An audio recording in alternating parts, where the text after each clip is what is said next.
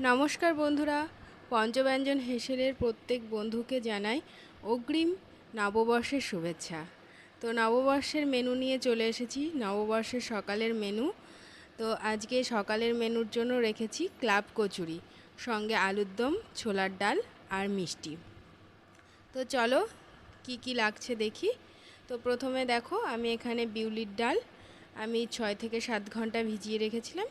এখানে তোমরা সবুজ যে কলাই বা কালো কলাই যে কোনোটাতেই করতে পারো, কোনো অসুবিধা নেই।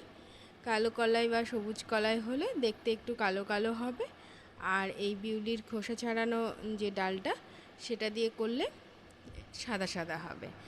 তো এটা আমি কিন্তু এক ফোঁটাও জল দেওয়া যাবে না, জল ছাড়া করতে হবে। জলটা আমি আগেই ঝরিয়ে রেখেছি মোটামুটি।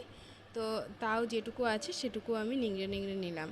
আর এখানে দিচ্ছি আমি কাঁচা লঙ্কা, আদা আর জিরে, আর একটু লাগবে আমার হিং। হিং দিচ্ছি আমি এভারেস্টের হিং। আমি হিংয়ের পরিমাণটা একটু বেশি দেব, কারণ আমার হিংটা বেশ কিছু দিনের, তো হিংয়ের গন্ধটা কম হয়ে যেতে পারে, সেজন্য আমি একটু বেশি করে দিচ্ছি। এখানে এই যে বিউলির ডাল আর হিংয়ের গন্ধটা, এটা দারুণ গন্ধ নিয়ে আসে।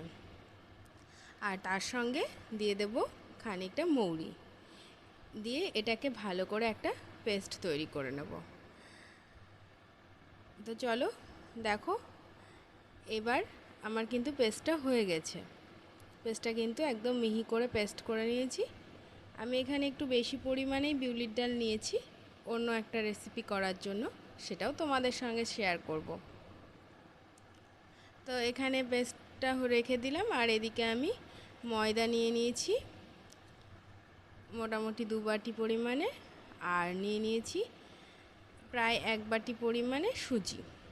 1 বাটির থেকে একটু কম নিয়েছি। আর এর সঙ্গে দিয়ে দেবো আমি একটু বিট নুন। এখানে এমনি নর্মাল নুনও তোমরা ব্যবহার করতে পারো, তবে বিট নুনটা আমি গন্ধের জন্যই বিশেষত ব্যবহার করেছি। এখানে তোমরা আটাও ব্যবহার করতে পারো ময়দার জায়গায়। আর দিয়ে দিলাম খানিকটা সাদা অয়েল। তো এবার এটাকে ভালো করে আমি ময়াম দিয়ে নেব। ময়ামটা দেওয়ার পরে বাকিটা দেখাচ্ছি তোমাদের।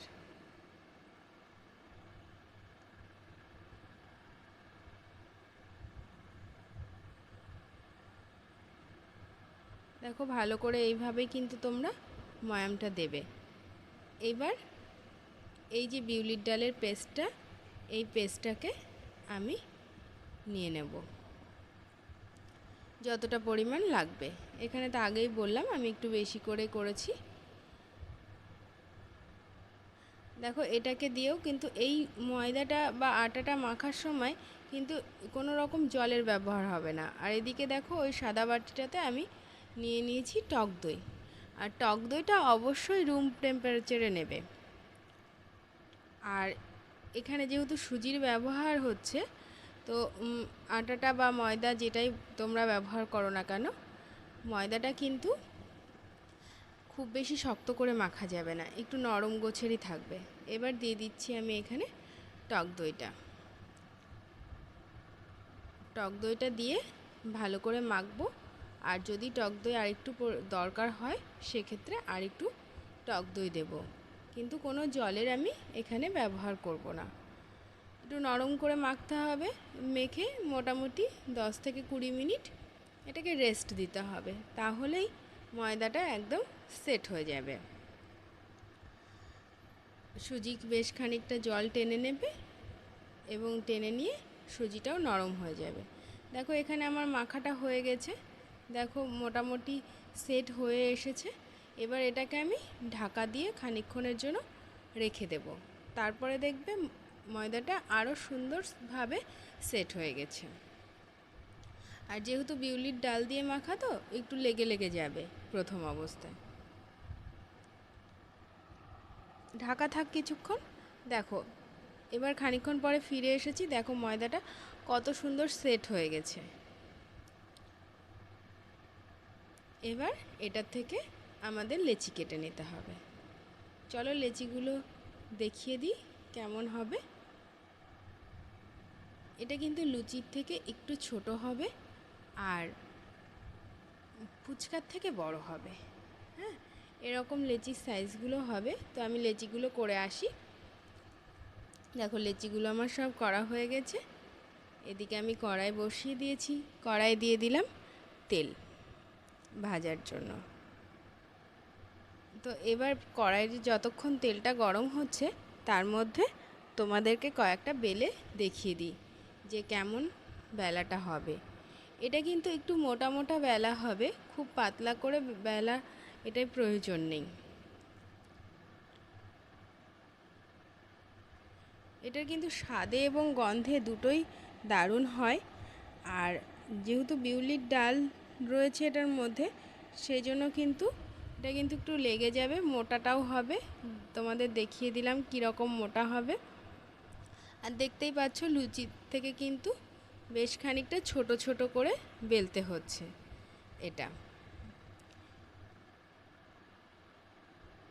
আর এই লুচি বলো আর কচুরি বলো, এটা কিন্তু বেশ অনেকক্ষণ ফুলকো হয়ে থাকে। যেহেতু সুজির ব্যবহার হচ্ছে, বিউলির ডালের ব্যবহার হচ্ছে, তো বেশ অনেকক্ষণ ফুলকো ফুলকো হয়ে থাকে।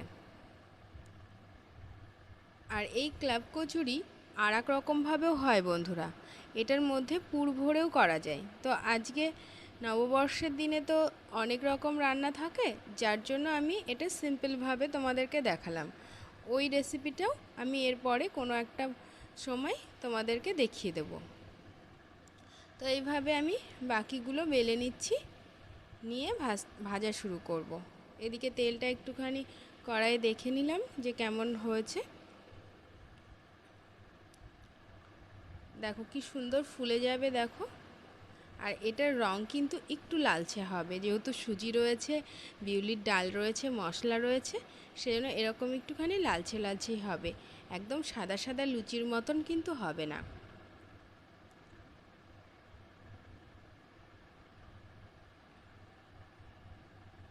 এইভাবে আমি তেলটাকে ঝরিয়ে ঝরিয়ে তুলে নেব।